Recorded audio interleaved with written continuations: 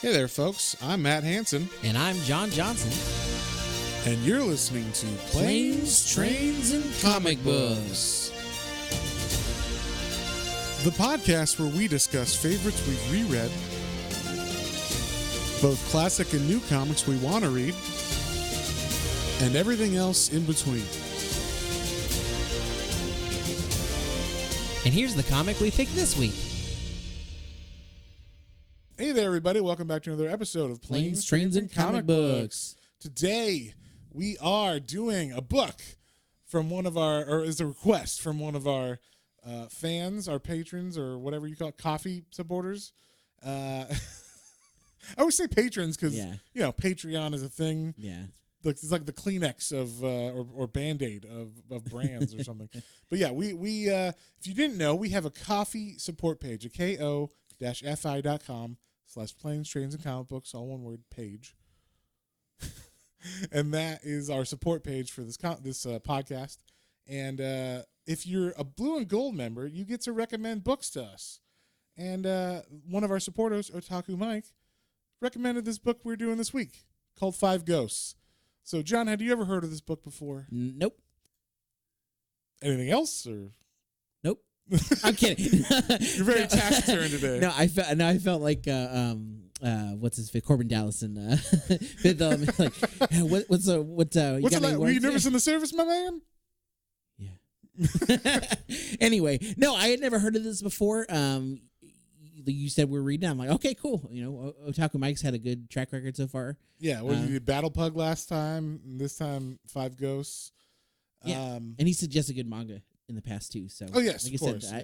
Everything so far, I'm like, okay, we'll give it a shot. And then, like you said, you told me that, so I went and I checked out the generic. What is this about? And I was like, oh, that actually kind of sounds cool. It's like an adventure style story, kind of sounded like Indiana Jones-esque.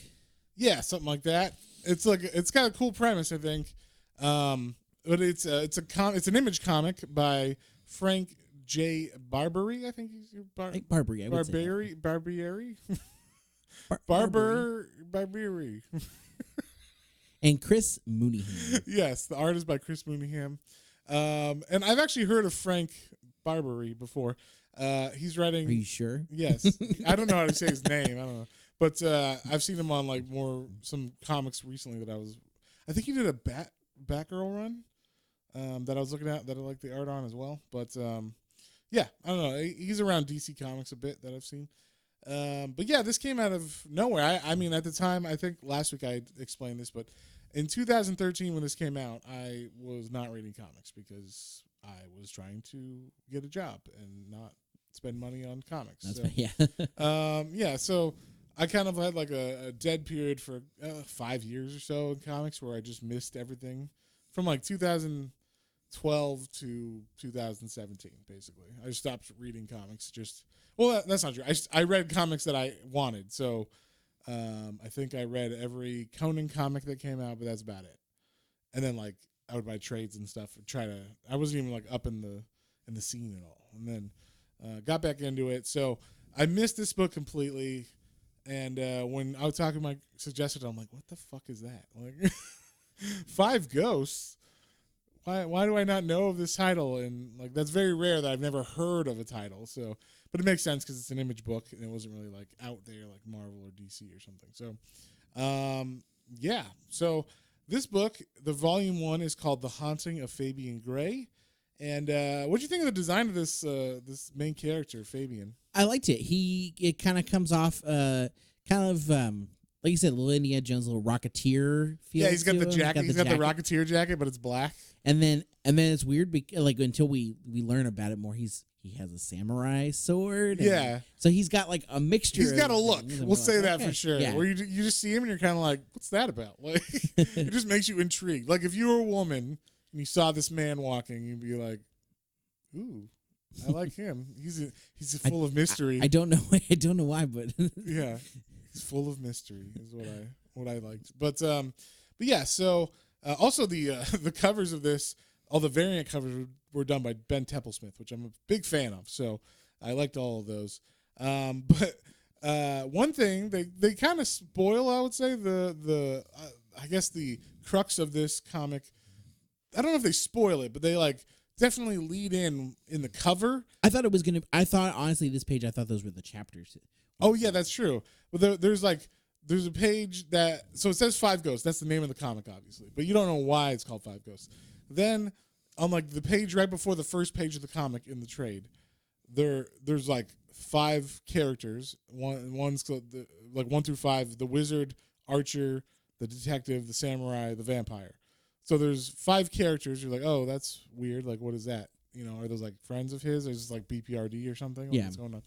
And then like within the very beginning of the comic, like the first page, they what it is he's able to channel these 5 personalities or ghosts, we'll say. Yeah. As in Five Ghosts is the name of the comic. And it's like 13 ghosts, but 5. But 5 and better. And better. And better than that movie. I don't know if my wife would agree, but dude, you're Sarah okay. loves I'm that gonna movie. say Sarah does not have good taste in that movie. All right, okay. I'm not gonna judge her rest of her taste, but that movie is dog shit. All right? And I'm a hard stand on that. Okay, that's going down on the books. Well, she doesn't like The Descent too, and I like The Descent. Descent is a She's good wrong movie. on that as well. Yeah. So sometimes people can be wrong, and she is wrong. We're not dogging on my wife, but I'm dogging on those. I have I'm dogging on I those have picks. watched 13 Ghosts a couple times now. It's terrible. It is terrible. Matthew Lillard is not a scientist. No, he's one of I will say this, he's one of the few shining things of that movie. Matthew Lillard, when Okay, I'm gonna he say goes this. all in on his If acting. Matthew and I love it. Lillard is the shining thing in your movie, it's not a good movie. Oh, come on now. He's a good actor. Is he? Yes. Or is he just a different kind of actor? A special actor who's only in a couple movies and kind of stands out when he's in his roles. Like Zoinks. Gosh. Like yeah, or like Scream when he's like getting kind of woozy here. Anyway, the 5 Ghosts that we're talking about Anyway, back today. to Five Ghosts. Now back from our 13 Ghost break. So yes, we start off and we're in Austria, and it's like World War II times. So there's like a Nazi castle, of course, and this guy named Fabian Gray is breaking into this castle. But he's not a thief. He's a treasure hunter. Yes, we got to make that Belongs clear. in a museum. It belongs in a goddamn museum, even though. Oh, except not really. Yeah. I mean, But he's not stealing it. he's not stealing it. Well, he's stealing it, but not for like treasury or not Yeah. for like Not the plunder. thievery. Yeah, not for like wealth. Yeah. He's stealing it for another reason. But yeah, we see that he pulls back a bow and like goes from like a mountaintop and shoots it into like one of the towers of the castle. And we see as he does that, there's like a ghostly figure of an archer next to him. So they just give away, like, not give away, but they like lead in right away with their premise, which is this guy can channel 5 different kinds of ghosts and use their powers to help him, get stuff, whatever he's trying to do, whatever his missions are, whatever kind of treasure he's trying to get. That's like in the help of that. So as he gets into the castle, he sees Nazis and he uses the wizard power to make a big hand out of the ground and smashes them, which I thought was cool. He just like completely smashes the Nazis, which is fun. And then he has to like sleuth into like a room that's like guarded with locks and stuff. And he uses the detective, which looks a lot like Sherlock Holmes. And there was only one problem I had with this premise, and that is the vampire. He's got 5 ghosts, and 4 of them I get. They fit. Yeah, like I would say 3 of them fit well, very, very well. The Yes. detective, the archer, and what was the other one? Well, there's a wizard, and then there's the samurai. Yes. Okay, so I would say the detective, the archer, and the samurai kind of fit together because Yeah. they seem like literary characters or something. But then the wizard, okay, I'll buy that. I'll fit that in. That's how you get some magical power, sure. But then the vampire just kind of comes out of nowhere for me. I know it's supposed to be. It's very clear that this is supposed to be based on like literary figures, so it makes sense in that context of we got Dracula basically, right? But just in the context of like, why would you have a vampire with the samurai? You know what I mean? Like it just seems like it comes out of nowhere. But it's the reason why I think he has it in this is because it's his like berserker rage, Yeah. power. So like The samurai can kill people, but it's very like But if he honorable or whatever. It's you know. and like that would be like taking on like a few people, but maybe if Yes. there's like a swarm of Say there's a swarm of spiders Yeah. that would be attacking you, or 50 Germans, 50 yeah, Nazis. there you go, 50 Nazis. You call upon the power of the vampire, and so I mean it makes sense the way they use it. I just thought like, okay, that's an interesting figure to have in this lineup of literary figures. So we find out that the gem he finds at this Nazi castle and does take after killing many Nazis with a samurai sword, which is pretty awesome. Which I was like, how do these Nazis?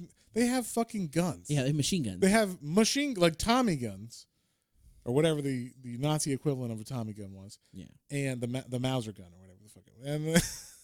And they don't shoot him. He's able to like chop them with his samurai sword and cut their heads off and shit. And I'm like, all right, guys, come on, you have guns. He brought a knife to a gunfight. All right. Yeah, and he won. He won. Now, if he had magic, if he was using his magic, that might be different.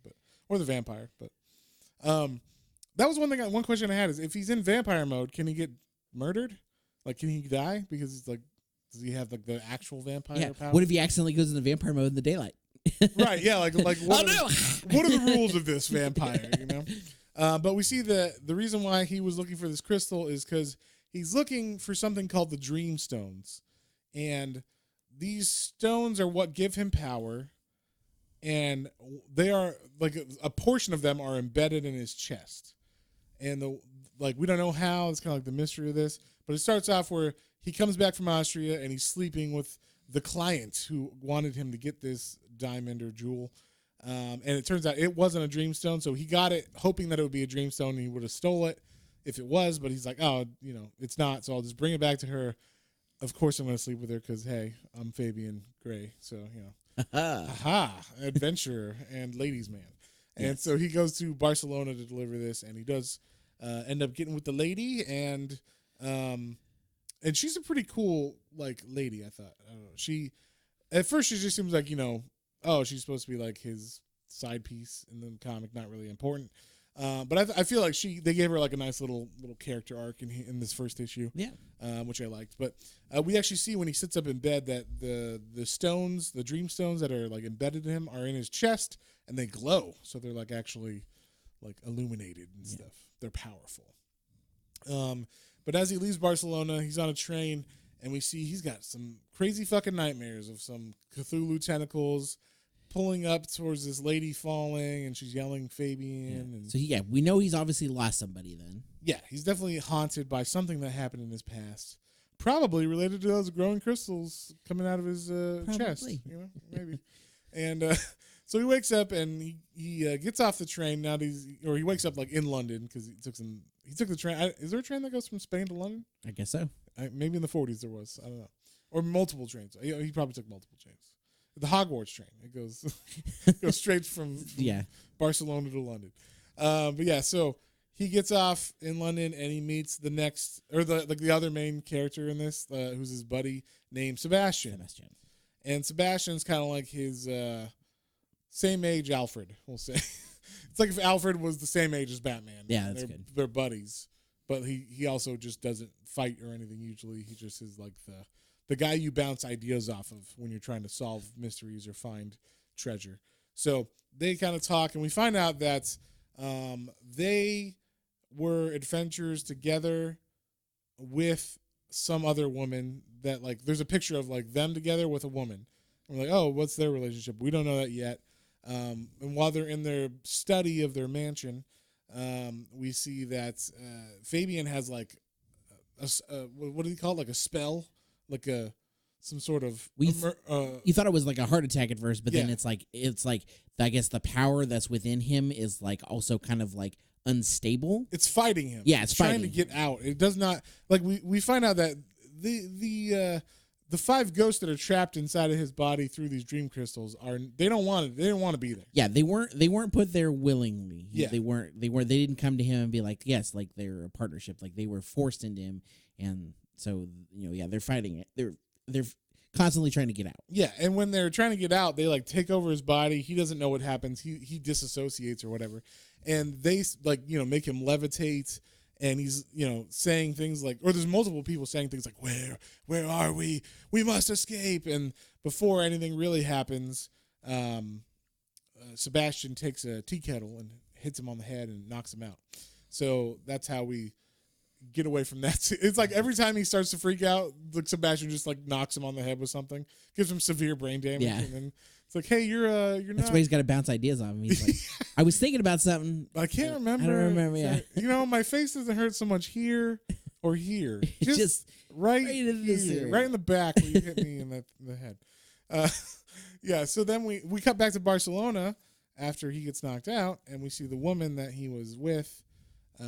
She's owning a bar, or she's at a bar behind the bar. So I'm assuming she's like the owner of this bar. And some guy comes in, and he's like freaky as fuck. He kind of reminded me of like Mr. Hyde. Like yes, but he's a little bit more ghoulish. I think. He's got like he looks like he's dead basically. So he comes in being like, I know you know where he is. Like I can smell him all over you or whatever. Because like I guess the power of his crystals, they're drawing this guy in. And so he's like, where is Fabian? And she actually gets a shot off, which I thought was cool. And he's like, is that all you got? And she just has grenades behind the counter of this bar. I'm like, I guess it's World War II. You got to be ready. Just in case. Yeah. So she grabs a grenade, and I assume she shoves it in his mouth or in his body, because it seems like his body might be like decomposing or something. Yeah, because she looked like an eyeball. It was either shot out or it got popped. Oh, yeah, or she shoved it in his eyeball, which is also fun. She shot him in the eyeball, and so that's gone, but he doesn't seem really fazed by it or anything. But he's like, is that all you got? And she like shoves the grenade somewhere, so maybe in his head, and then it explodes. And I thought, wow, that was a pretty badass way for her to go if she's got to go like that, I guess. But and he must have been really good in bed, like. I mean, she just hired him to get a crystal, and he slept with her, and now she's like, I will die. She's like, you. I'm okay.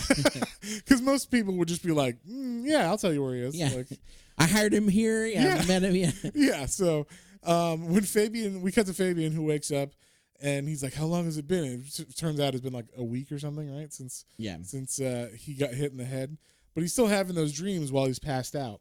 And so he goes to talk to Sebastian, who tells him it's been like a week.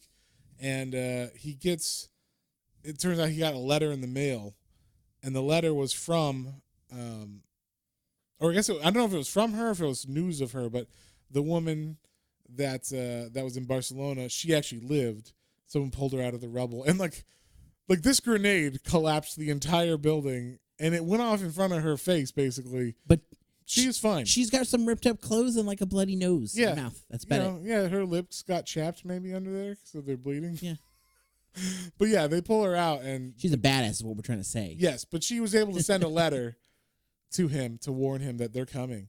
And we cut to some unknown location. Yes. Regions unknown. Yeah, a scary house, and we see the main antagonist, and he's saying like, Fabian, I will get you, basically. And he's talking to 6 other like Zordons, I guess. Yes.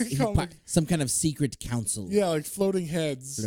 Yeah, and they're talking to him like, oh, like you said you would bring him already, and what the fuck? Like you haven't got him yet, and why is it taking so long? So obviously, these guys want the crystals as well, and we find out that this guy's name is Iago, and I was like, this guy likes the writer of this really likes literature, because it started with like a William Blake quote, and then there's 5 archetypes from literature, and then this guy Iago is from something else. I don't remember. Yeah, I don't read the classics, people, but Iago is definitely not from. You mean Aladdin, right? It's not Gilbert Godfrey. He should have pulled off his mask or his hood, and instead of it being like not a parrot, it should have been Gilbert Gottfried's face. He should have been the character model for this guy. So I'm gonna. Yeah.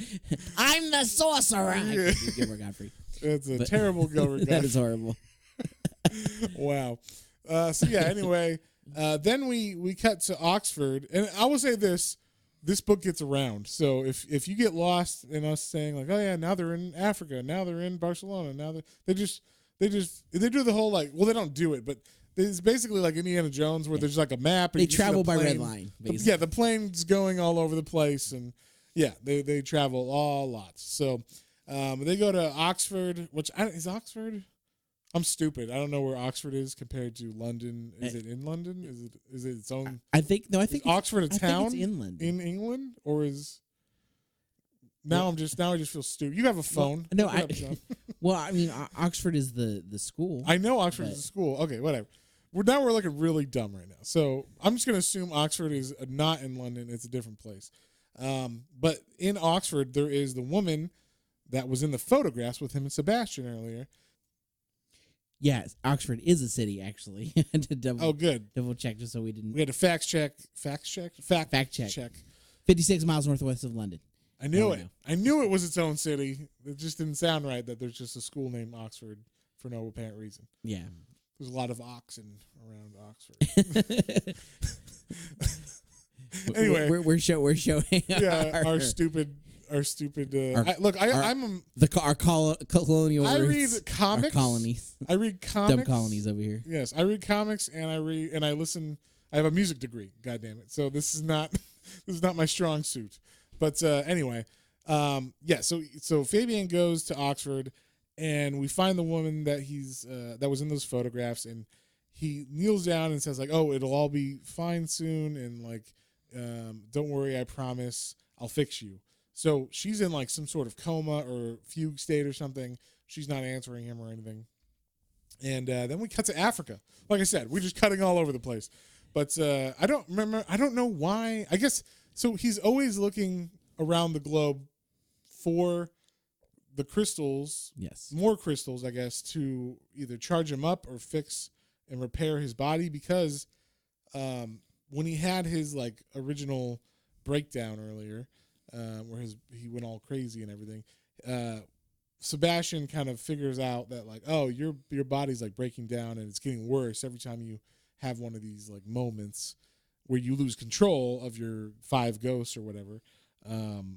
So like you need to figure out a way to take control of that. So part of that is getting the crystals and whatnot. So they go to Africa and they're flying over in like, an old school like prop plane, like a World War II. Actually, it's like a World War I, yeah. World War I biplane. And they're flying over Africa. It's desert at first, but then they fly and it's like a jungle. So it's kind of like, pick your Africa, guys, all right? Yeah. Is it a desert or is it a jungle? Pick one. Because they're flying over the desert and they're like, oh my God. And like spears fly out of bushes. And then they're like, we got to land.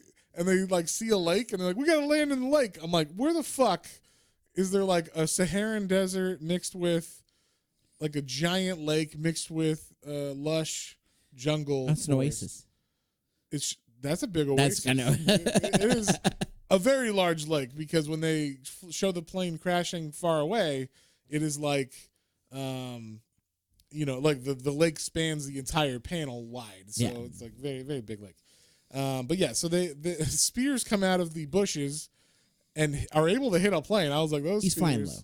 He's flying low, but it's pretty hard, I think, to hit plane. Like a plane goes 100-something miles an hour, and you're throwing a spear from the ground. It seems quite hard. They got good aim. Well, we might find out, like maybe later when we find out who these guys are as they get out of so the plane crashes, the Fabian and Sebastian get out of the water, and as they get out, they're surrounded by the natives. And the natives don't look like normal natives. They have fucking green eyes, and they have 8 green eyes, or a bunch of green eyes in their foreheads. So while they are natives, they're not normal natives. So maybe that's why they could throw a spear. Yeah, they're looking 8 different directions at minimum. So that's at least gonna get you a faster spear throw, right? Because you can see that plane extra or something. I don't know. Yeah. But anyway, the second he gets confronted by them, like the samurai sword comes out, and he channels his inner samurai and starts killing these guys, like just straight up murdering them, which is pretty awesome. They didn't really attack him first, right? They knocked down the plane. Okay, they knocked down the plane, but that's not. They're like, okay, I guess one of them threw a spear, but he's going through them and just chopping off their heads. So it seems like maybe they just didn't know what they were looking at or something. Yeah. They're not trying to attack him. Like No. This is very old school Yeah. comic where it's like the natives. Oh, they're not. They don't understand what's going on. So like So let's chop their heads off. Yeah. because I don't want to die. So, but they actually end up wounding Sebastian with their spears, and then he kills 10 of them or whatever, and then that was like the first wave, because then there's a whole other part of the warriors that come out and surround them, and then he tries to channel his wizard, and then he has another mishap with his powers, and they won't work. They're not showing up when he needs them, and then it makes him pass out. So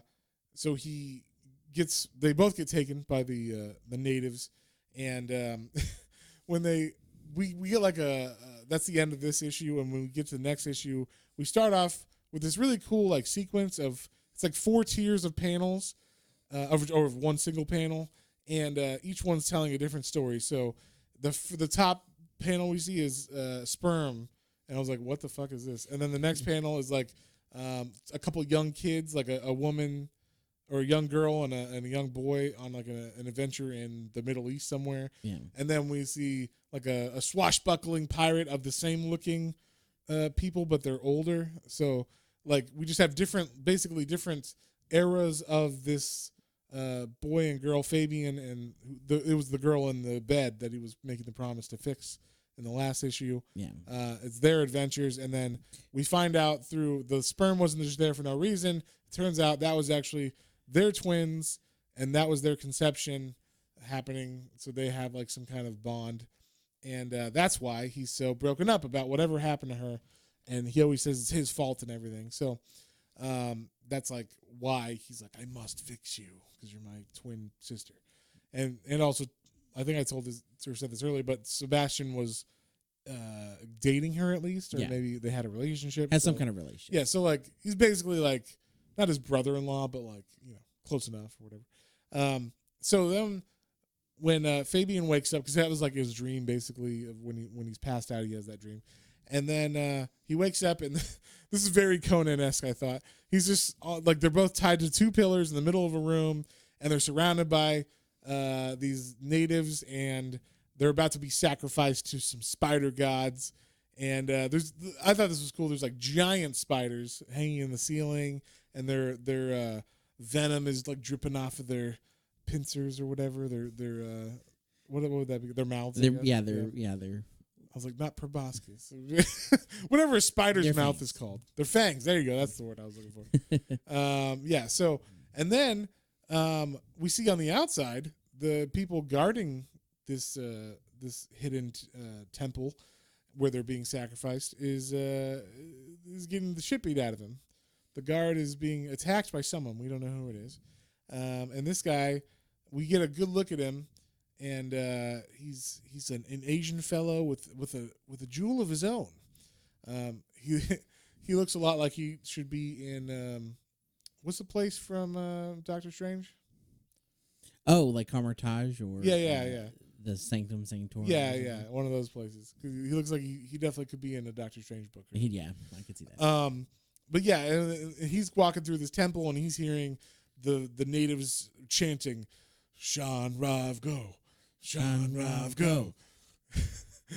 Kalima, Kalima. Yeah. This definitely had some Temple of Doom vibes going on. Very much so. Yeah. That's what I'm saying. They're you can see where they're pulling things from, and it's good. It was like an homage. It wasn't yeah. they're stealing it or they're trying to reference. And it. I don't remember giant spiders in Indiana Jones. Yeah, exactly.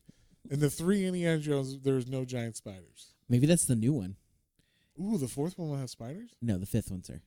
I don't know what you're talking about, John. The 5th one had you always get the numbers The 5th wrong. one had aliens. No, it didn't. I don't know what you're talking about. Anyway, so right, and this is very lucky, I guess, but the jewel that the Asian guy has begins to light up the closer he gets to the 2 men that are tied up. And Fabian, I guess, feels the power of this Dreamstone, because it actually is a Dreamstone that he has. And he powers out, and I thought this was fucking awesome. He literally Super Saiyans out, and just a blast comes out, and it chars the spider, and everybody except it doesn't kill his buddy. It doesn't kill Sebastian, but it kills like all the villagers within like a certain radius. They're just skeletons. Just like it just burns them away. And Sebastian's like, "Oh my god, I'm okay," like, which I thought was fun.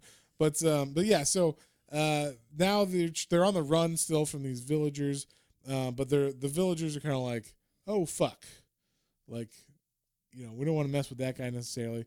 So they Fabian and Sebastian go down a tunnel, and they're like, Fabian's like, "I can feel something." Like, the reason why they go into this certain tunnel is because he feels it stronger in there. And then as they go into the tunnel, they find like a bunch of treasure. And Sebastian's like, "We've hit a gold mine." Like fuck your crystal. Like, this is better than everything. And then they look up and they see, oh, there's a bunch of spiders. More giant spiders. Yeah, this is like a Shelob. This is like Shelob's horde or something, like from Lord of the Rings. Shelob or Harry Potter, Aragog, because he's got all the other spiders too. They're mostly little, but they're different, varying sizes. Yeah, I guess. Why is it gotta be spiders? I guess I was thinking more like the Hobbit. Well, yeah, no, but I just Harry Potter had multiple spiders because Aragog's home has. Well, the Hobbit has multiple spiders too, Joe. I only remember Shelob.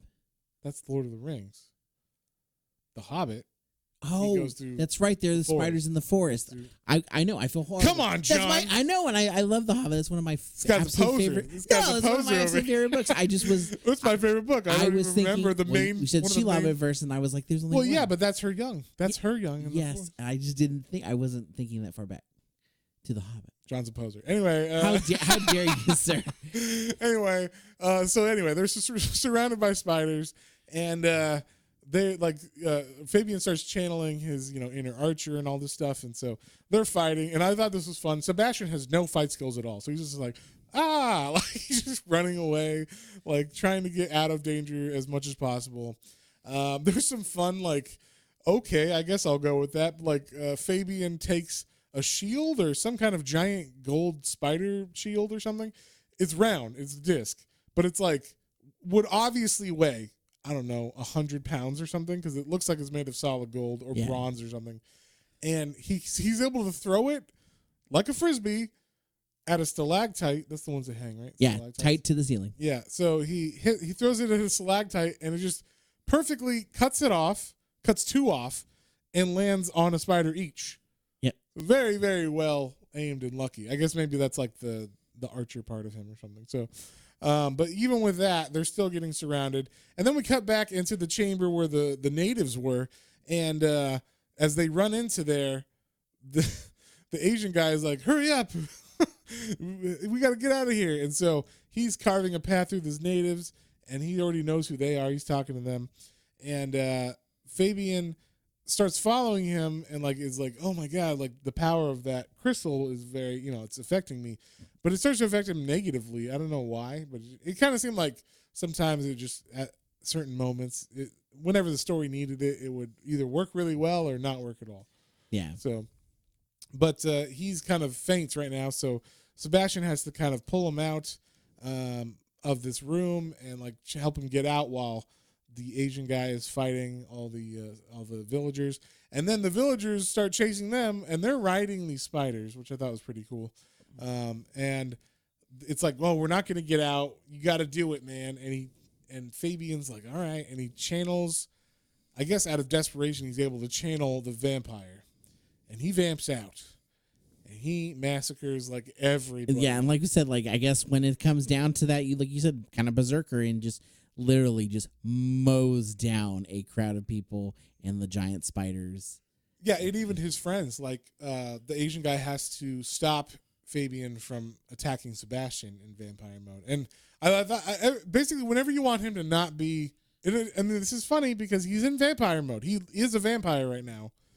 You would think a tap to the back of the head wouldn't knock him out, but it does, because it's the Asian guy who taps him on the back of the head. Either that, or maybe his head is just sensitive because he's got hit so much in the back of the head. Maybe he's got hit. That's his weak spot. That's his Achilles. Yeah. Head. His Achilles head. So but they knock him out. They're able to run out of there before the rest of the spiders, I guess. There are more. There's just never-ending spiders and natives coming out of this temple. I don't know where you put all these giant spiders, but there are a lot. You know what this reminded me of? The inside of that place reminded me of like the end of Congo, where like there's just all these holes in the walls, and then these giant gorillas come out. Just come out of nowhere, every hole has a bunch of gorillas in it, and wherever you run, they're at. It was like that, but no laser gun, unfortunately. Oh. Where they just murder all these gorillas. They're like, we want to study gorillas. Kill them! Kill those fucking gorillas. They want to protect their diamonds. So yeah, fuck those gorillas. That's what I got from that movie. Those bad gorillas. Yeah. Matt. Yeah. Oh, that's true. Amy did say they were the bad gorillas. Bad gorillas. Good point, John. So anyway, as they are running out of there, before they can get really hurt by anybody, I don't know who's flying this, but apparently there was a dirigible, a Zeppelin, if you will, that was hanging. I guess the Asian guy just has. I think it's parked. I think that's what it's supposed to be. There is. I mean, it's got weights on it, but it should be still blowing in the wind.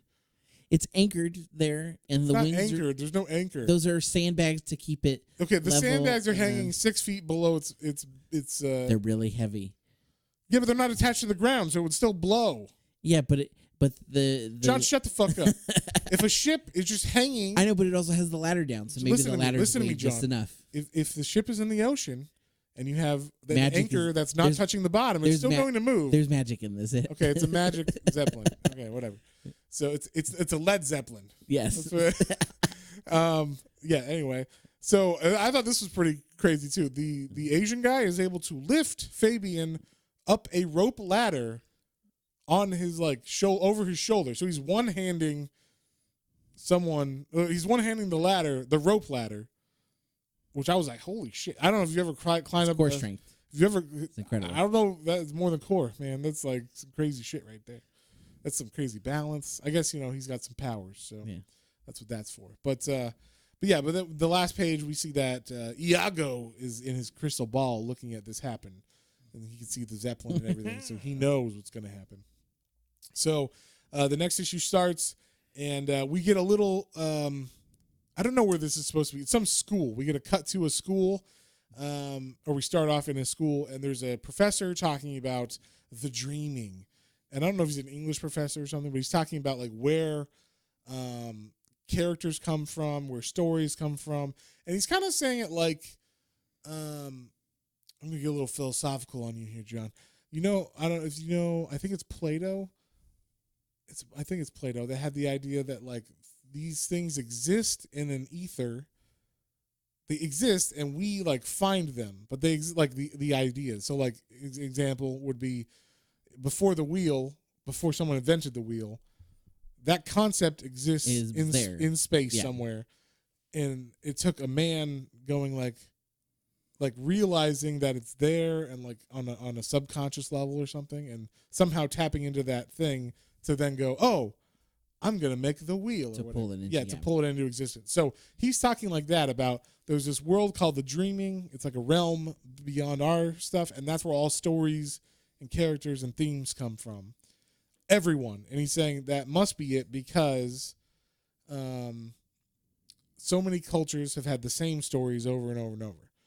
And the only explanation that he can come up with, that he's telling his students, is that the dreaming is connecting us all, and those ideas exist beyond us. It's like a Spider-Verse or Metaverse or... Yes, there's a crisis happening in DC somewhere. There's a multiverse. There's an Earth 3 or whatever. Yes, these things exist. But yeah, just the idea, I thought that was interesting that they're kind of throwing these philosophical ideas out, but not saying that really, at all. They're just these are we're going to say this philosophical idea, but we're just going to talk about it as if it's stories or whatever. So this is a cool concept that they throw in there. But we see that this professor, he goes outside after class, and a nice car pulls up, and he gets in, and we see he's talking to a Nazi. Goddamn Nazi. Goddamn Nazi. Okay, now keep in mind, this is 1940-something. So right in the middle of World War II, there's a car with a Nazi in it. Again, this very much reminded me of Indiana Jones and the Last Crusade. There's no Nazis that pull up in America in a car in Indiana Jones. Well, and this is probably wearing a Nazi hat. This is probably in London, and the car you can't see in it for some reason. Okay. I don't know. I'm just saying. This is before tinted glass, John. So, he's got a Nazi commandant hat on in a very Boss Hugo uniform. You know what I'm saying? Yes. Yeah, I would imagine he could be seen, but I guess, it's a comic, so we're going to assume that. You don't look at inside other people's cars. You keep your eyes on the sidewalk in front of you, or you're not paying attention to what's going on. Right. I guess so. Don't look at your peripherals. No one notices the Rolls Royce car Yeah. driving down the road. And the clearly the Nazi sitting in the back. Yes, exactly. So anyway, we just see that professor is working with the Nazis, and they're like working with Iago to get the crystals or whatever. So to get Fabian, actually. And then we cut back to the Zeppelin, and we find out that this Asian guy's name is Zhang Guo, and he has brought them to like a mysterious city. He's saying it's the forgotten city of Shangri-La. Don't know if it's actually that, but that's what he's saying it is. And I like how they introduce him. Fabian and Sebastian go into like this big room, and he's sitting there on one of those like day couches or a day bed or whatever, and he's like, reclined sideways, like leaning on his elbow, eating grapes or whatever. And there's this two women, one woman on either side of him. One's fanning him and one has a drink. And I was like, wow, Zhang Guo is very, very old school. Yes. But yeah, I thought there's just like a funny way to introduce him, like especially in his city. We've already seen him like fighting and all that stuff. So it took me aback that like, oh, he's just the king. He's of like this place. ruler. Yeah. And so it's funny because there's not too many other people here other than these hot ladies. So it's just Zhang and all these hot ladies, which is pretty good place to have, I guess. Forbidden City. Why is it forbidden? Is it because there's so many ladies? It's forbidden for other men. Yeah, exactly. I don't know. But we get a little backstory of him. Basically, we find out that he was just a regular treasure hunter kind of back in the day. He looked different too. And then he found the crystal that's in his necklace, and that had the spirit of the, I guess, king or whatever of Shangri-La. And so it possessed him and took him over, and that's why he's like the ruler of Shangri-La. It's kind of like if the five ghosts could just take him over completely. Yeah. Or one of the five ghosts or whatever. So it's like that where he has all the skills and everything of that king, and he is presenting as that king and everything. Like he is the embodiment of that king. And we find out later that basically his regular body's like fucking dead or whatever. So, but yeah, so, but we get like this, and it seems like he's very much older. Older than at least like 1,000 years old is what I'm thinking. Because just the way that later on when he's fighting and stuff happens is, oh, okay, he seems very much older. But so Zhang's talking to Fabian about it, and Fabian reveals like, or I guess, I don't know if he reveals it, but I guess Zhang just rips open his shirt because Fabian's like, I don't know what you're talking about, bro. Yeah, because he's trying to tell him, he's like, I'm an ally to you, basically. Like, I know about the crystals. I know about the. He's like, crystals? What crystals? Dreamstones, pardon me. Whatever. And but he's like, I know about this. And basically, like, I know that they're a conduit, so like we don't have to, like, I know. Yeah, like we're both feeling the same thing in this room, bro. Like we get it, we understand, and so, but Fabian's trying to play it off like, what are you talking about, man? I don't know what you're talking about. Dreamstones, what's that? And he's like, come on now, and he rips open his shirt very aggressively, and I like this. Just there's just these like crazy looking wounds on scars on his chest where these stones are embedded and they're glowing. But he's also got like a Tom Selleck chest, which I thought was nice. Like when Tom Selleck was supposed to be Indiana Jones, that's what I assume it was going to look like that. So still a burly chest. Yeah, burly chest, which isn't around nowadays that often. So, but yes, what do you mean? You don't. Okay, this is a thing from the '90s. Go look at any Wolverine or comic with Wolverine in it. Look how fucking hairy he is. True. They don't draw that anymore. No, they don't. I think it's just for ease, like to draw every arm hair on a person is annoying now. That's a lot of, But they used to go all out on Wolverine and also fucking Nightwing had some pretty awesome chest hair and arm hair back in the day too, and that flowing mullet he had, which was awesome. So, so they don't do that anymore. So I thought it was fun that they did it on this, just for that one scene though. He's always wearing a shirt otherwise. So, but yeah, so they're like, I guess like Fabian's like, fine, I guess we're on the same team, and right when they kind of agree to be on the same team, one of the ladies in the Forbidden City that was fanning him is like, oh my God, I don't feel so good. Something's happening. And she turns around and she's got a zombie face. And she's been possessed by the bad guys, I guess. Yeah. And we don't really know how, but basically the bad guys tracked them down in the Forbidden City. And did you think you could hide for us forever? yeah, I guess it's because there's so much crystals like together or whatever. And they Fabian is able to cut off her head because, you know, he's got a samurai.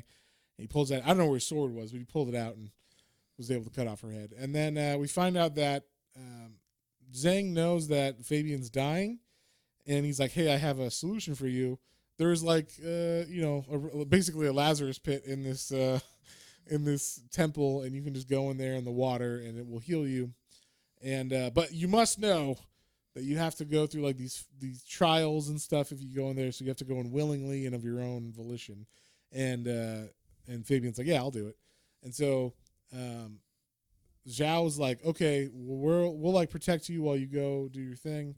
And so they tie Fabian to like this crazy like cross, basically. It's like a modified stone cross.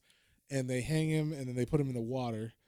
And like there's a rope on it so he can, I don't know how he gets up, but basically they're like drowning him because he's tied to this stone. Yeah. So they put him underwater, and then right as he goes underwater, they get attacked. The Forbidden City is being attacked by Iago and the bad guys. Whatever spirits he's possessing in the other. Yeah, because Iago has powers. He can like make a dragon manifest and stuff. So he's some kind of sorcerer as well.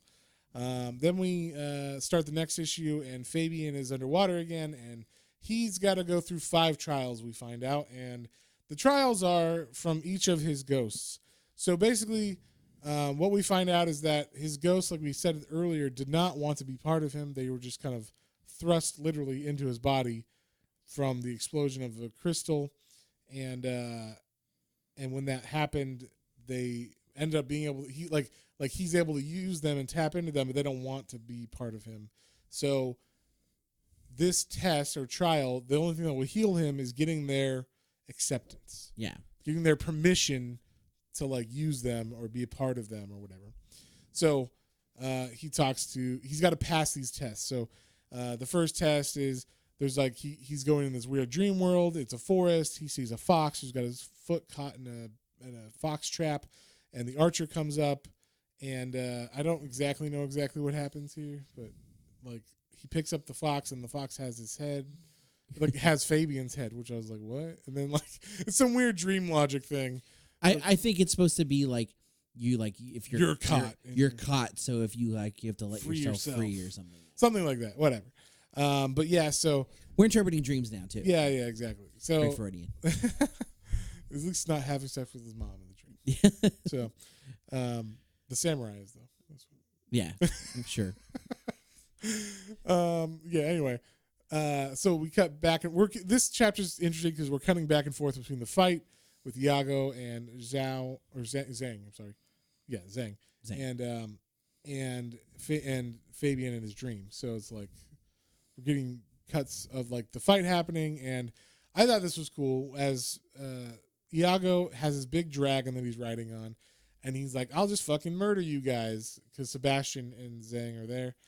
And he has the dragon shoot fire at them, and we just see them engulfed in flames. I'm like, holy shit! Yeah, I thought they they just murdered them. Like really, I thought for sure like that was not going to happen because Sebastian seems like a pretty important part of this comic, at least to Fabian, and so does Zhang. Zhang's like an important character right now, at least. So, yeah. And so we find out that basically. The power of Zhang is able to protect Sebastian and him. So he kind of powers up, Zhang does, with his crystal, and he takes Iago on one-on-one with like a sword battle. It felt very like when they powered up like their they got their colored auras, and it kind of felt a little Dragon Ball, a little Star Wars ass. Sure. Like your Schwartz is bigger. I see your Schwartz is as big as mine. Little combination of all that in there. Yeah, sure. It was just fun. His power level was over 9,000 for sure. Yes. So, but I thought this. I was like, really? Basically, Iago gets the better of Zhang. He's like, they're like Zhang's doing a good job, and then all of a sudden, like he goes to punch him closely, and I liked this. You wouldn't catch it until you get to the last panel of the page. But Zhang's got his medal on his chest, and then he's punching Iago, and the next panel he comes back to punch again, and the medal's not his medallion's not on his chest anymore.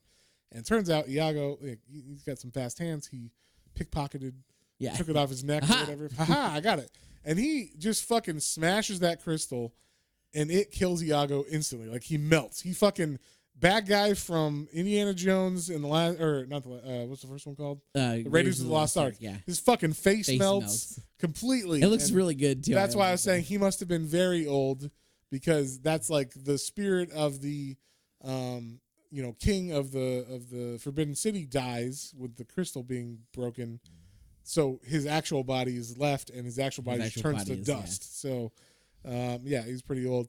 So now Sebastian is there, and he's like, no, but like it's just probably because, fuck, I'm here by myself, and I got to fight Iago. So then we get a little.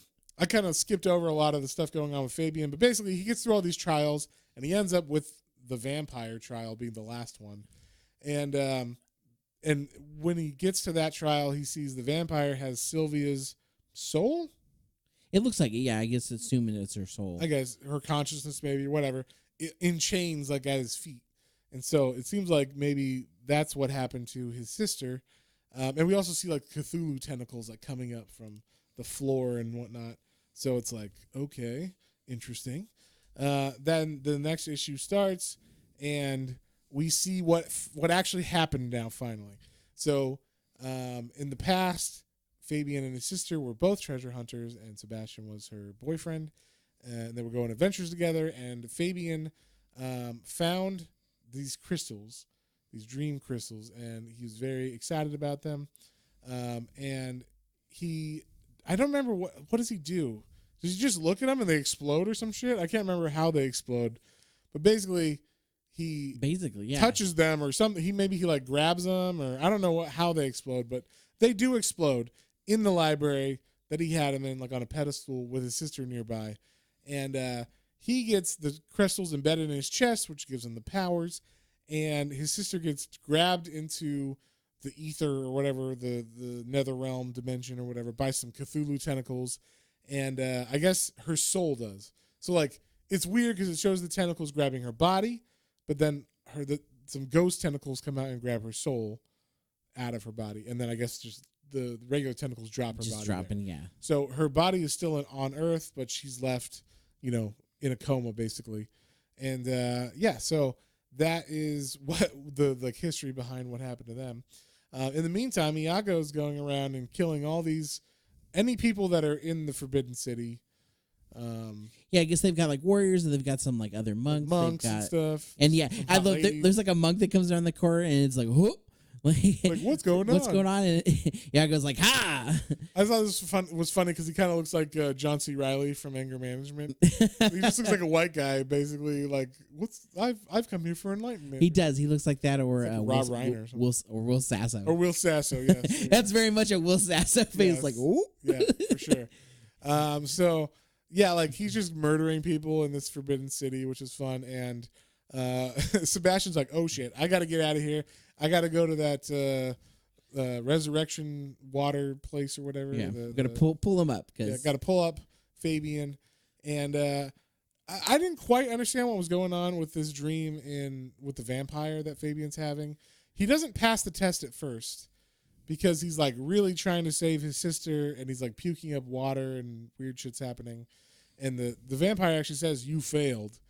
And then as Sebastian starts to like bring him up and like cry his name and stuff, he realizes, I guess it snaps him out of what's going on, and he realizes he has a flashback of his or he has a flash of his actual sister's spirit saying like, this, it's not me. That's not me. And so he kind of realizes, oh, the one that the vampire has is a fake sister consciousness or whatever, and that was the test to recognize that it was his sister. Yeah, like it was fake, and like that he needs to like go after like his real friends or the people that are there and not the people that aren't there. I don't know, something like that. So then he wakes up, he's fully restored now, and by restored I mean now all of his ghosts are on his side and willing to work with him power-wise.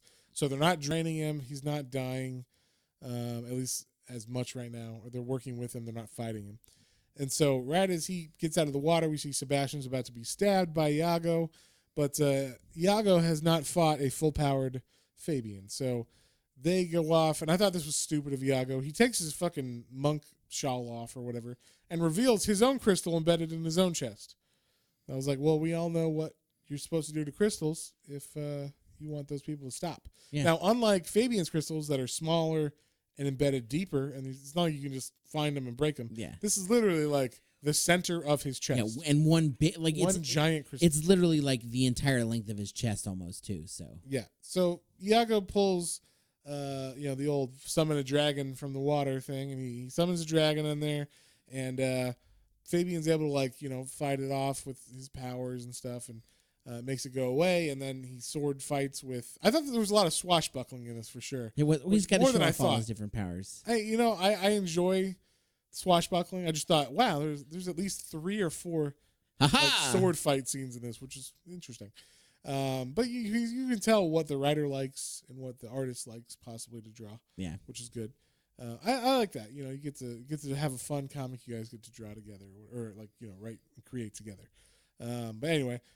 So Fabian summons, of course, his samurai to fight Iago with the sword, and it turns out Iago's a pretty good sword fighter. Even though Zhang was getting better than him at the sword, Fabian's not as good.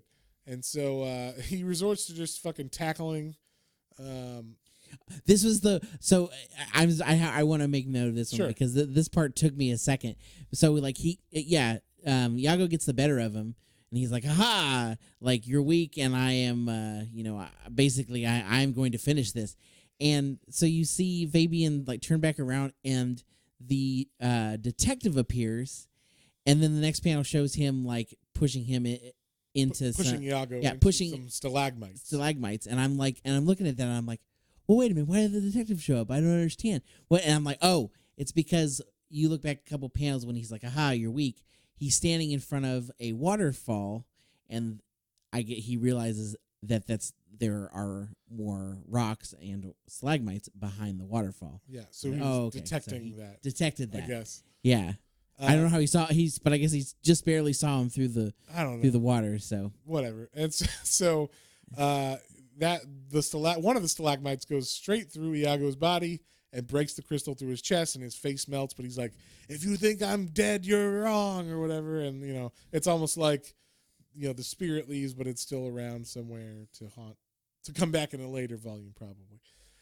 So that's pretty much it. They like walk out, him and Sebastian, and like, "Well, that was crazy." That was crazy. Yeah, it's like, well, luckily I'm full powered now, and I have full use of my ghosts.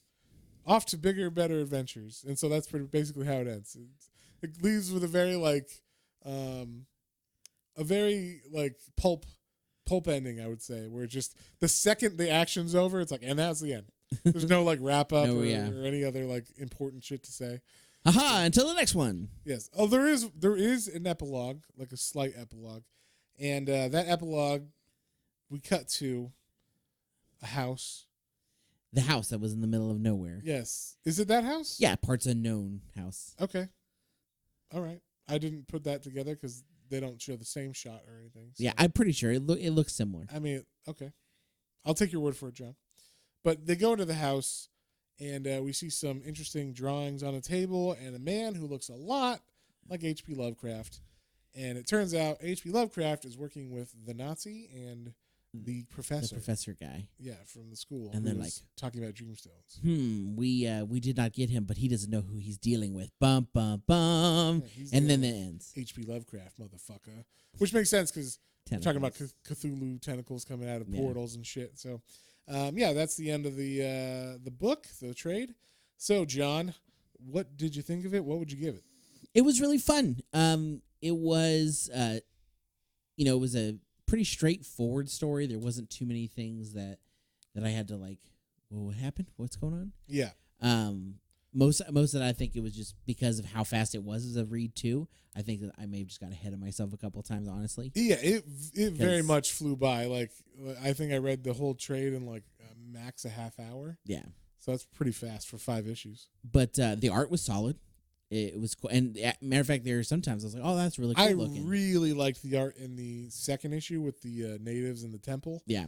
That like the way that, I don't know if the coloring or whatever was the issue or the difference, but the way that they did the coloring on that really made it feel like a pulp, like 40s comic. Oh yeah, very much so. And then like the way, like, because each of the characters, like when they had their the ghost powers moment, like they all had a little different, like change the style a little bit, especially the vampire. Oh yeah, he got would get all all berserky and like everything. gothic and like very like long drawn out. Like you could tell like he's kind of like zooming between things. It was cool, but I like the style. So Chris Mooneyham, that was good art. And like I said, the story overall, it was fun. Like you said, being a quick read and didn't have any, and never was bored. Yeah, and I think this does fall for the like that the backstory, the initial thing of like, okay, well, I don't quite get all the choices that were made, but like, I guess we gotta keep reading to learn about some of that. And I think if there was enough, I would go to the next one at least. I wasn't like, yes, I want to read this whole story, but like, I'm intrigued enough. Yeah, and I definitely am like we were saying earlier, is like the vampire kind of does seem out of place. So like, why is that? What is? Why? There's got to be a reason. Yeah, what is the reason for, other than like you're saying, like just character archetypes? Like, why a vampire? Like the other ones, like even like you can kind of feel around all the same, like almost time frame. I mean, the Samurai's a little bit, but in general, like they all kind of do fit together. But the vampire, still out there. Right.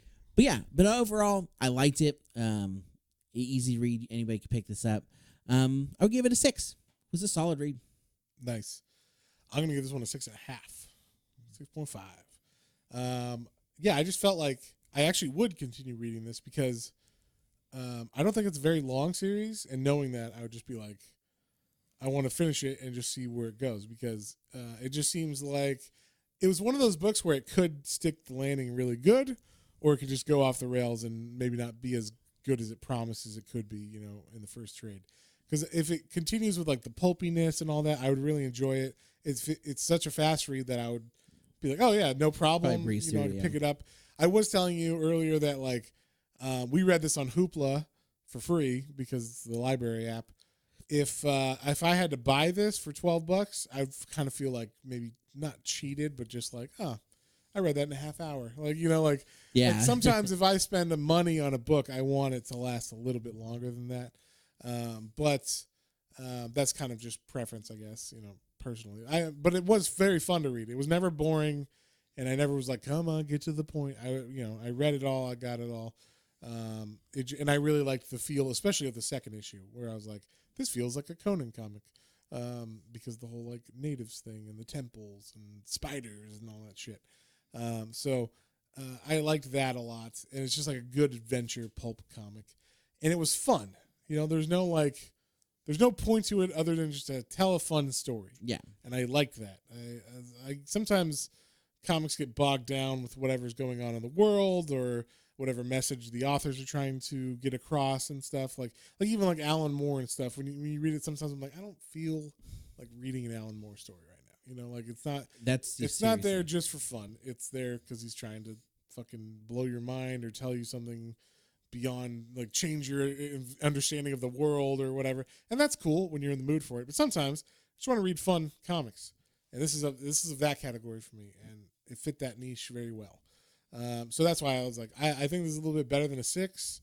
The art was really good. I mean, the art was what I think pushed it over for me to the 6.5. If the art wasn't as good, I could see it still being a 6 for the writing, but the art just made it that much better. So next week we are reading X Factor, the Epic Collection, Angel of Death, which is the storyline where Angel becomes Archangel, which is something that I've always wondered and never knew the actual story of. Yeah, I just remember Archangel from the old 90s cartoon. So yes, which is where I think the first time I ever saw Archangel, I'm almost 100% sure was from those old Flare cards. Yeah.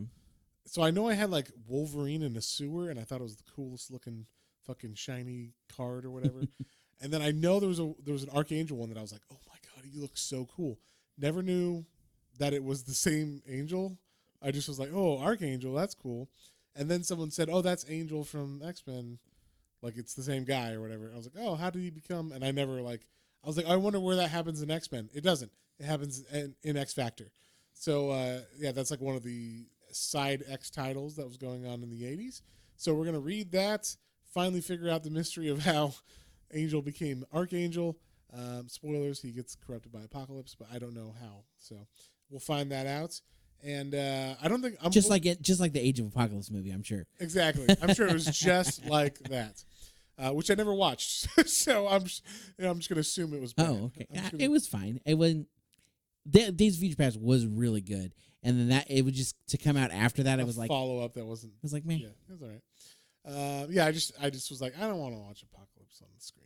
He's too weird looking, so just didn't fit it. It was surprising, especially just on a side note of that if you look at the original concept art they had for that, and then what they went with the movie. Not that anything I love Oscar Isaac, and Moon Knight's coming. I'm excited for that, but the original design was like, it looked just like the comics. So right. then they were like, let's go with this muted blue tone, a lot smaller. It's weird.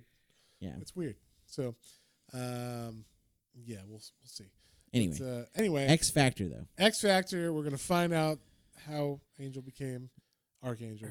And if you guys have any comments, questions, or suggestions, you can email us at planestrainsandcomicbooks, all one word, at gmail.com. And don't forget to check out our Instagram, Twitter, and YouTube channel for exclusive content. And like we said at the top of the podcast, ko-fi.com/planes, trains, and comic books, all one word, gets all of our stuff in one place, lets you know just if you miss something during the week. We put out and let everybody know, like, this is what we did this whole week. You don't even have to support us. You can just follow us on that, and you'll get like a newsletter every time we send out our weekly updates, and it has everything that we put out media-wise, all my comic reviews on YouTube, all the Matt's Minis and regular podcasts, so everything we do. And then if you do feel like supporting us, we have a couple tier memberships, or just you can donate a one-time thing. And if you join the Blue and Gold membership, you too can recommend a book, just like Otaku Mike did, and we will read it, unless it's something weird, very, very weird. But we will probably read it, unless it's like some weird... I can't even imagine. Unless it's like some smut magazine or something, like an actual... I'd read that. Matt would read that one. I would read that, but we wouldn't review it. I'll review we read it. It was... I'll review it privately. I'll be in my bunk. But anyway, so if you would like to do that, please do. It really helps us out, and we, want to keep doing good content for you guys, and keep putting it out there and doing more stuff. We always have good ideas, but we're like, hey, we can't really justify doing that time-wise because, we don't this is not a job for us. This is our fun hobby that we do every week. So just for you guys, and also because we love comics as well. So if you feel so inclined, please support. And if not, just, feel free to email us. Let us know that you like our stuff, tweet and all that. Like, share, subscribe, comment. Yeah, all that stuff helps. And, I think that's it for today. I'll see you on the next one. On the next one. Bye.